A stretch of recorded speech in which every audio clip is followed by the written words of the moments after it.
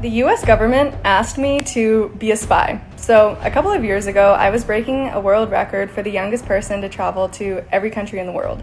And after I traveled a bit in the Middle East, I was heading back to the United States, and on my boarding pass, I had 4 S's, and I didn't really think anything of it, but I had never really seen it before. And while I was going through immigration, first of all, immigration officer, so nice, which coming into the US, you really never know who you're gonna get. But this guy was so nice, started looking through all of my passport stamps, so I've traveled to a lot of places, started talking it up about travel.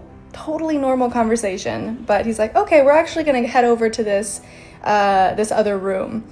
I'm like, oh no, what's happening now? I'd never been in secondary questioning going into the US before. Hands my passport off to another officer, and this officer, again, so nice, started asking more questions about all the travel I had done, and I started explaining that I was trying to break this world record.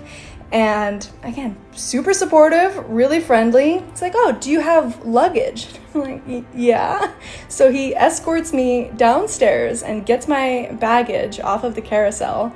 And as we start walking towards the door, he says, we at the US government, literally said it that way, would love it if you hear anything or see anything, especially when you're traveling in places like Syria or Yemen, that you could just let us know. I'm thinking to myself, what is this guy talking about?